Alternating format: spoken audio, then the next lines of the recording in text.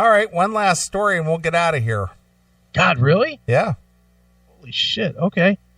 This is a follow-up story to something that we covered about, well, believe it or not, it's been over a year. Well, almost two. No, it's been 2 years. I can't believe how fast time has flown.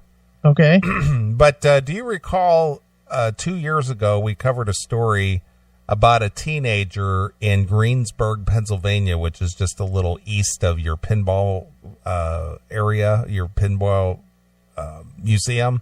Yeah. I actually used to live in the Greensburg, Pennsylvania area, about the kid who shot his friend and then took a selfie with him. Oh, yeah, I remember that. You remember that? Yeah. Well, this kid, it finally came up to trial, and he was found guilty.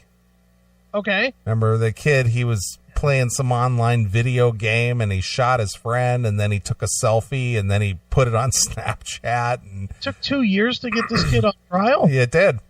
Jesus. So this kid is 18 now. He was 16 at the time this happened. Okay. So he's 18 now.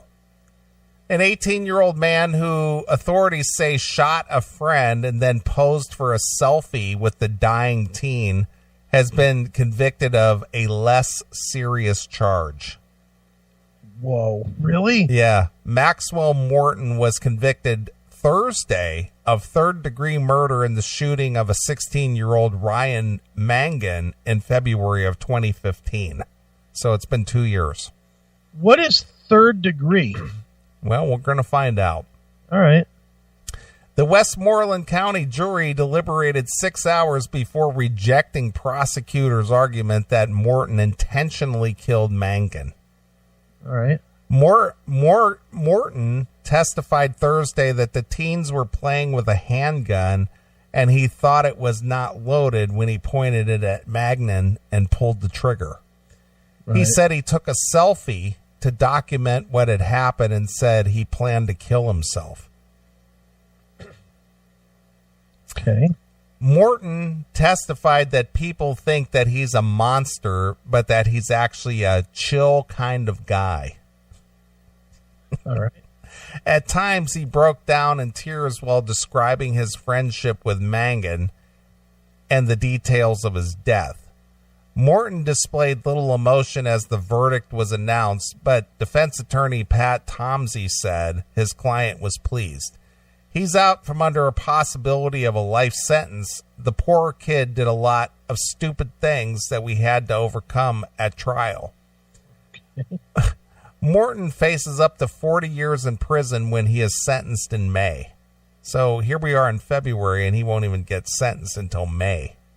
I'm hoping he's sitting in a cell, though, right? Well, I would imagine. He's probably incarcerated, yeah.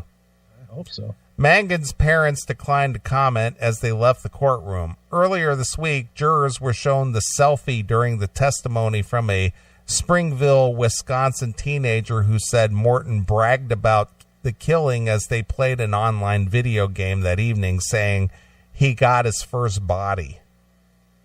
Wow. The teen said he thought it was a prank until Morton texted a link of a news item about the death and sent the selfie by way of Snapchat.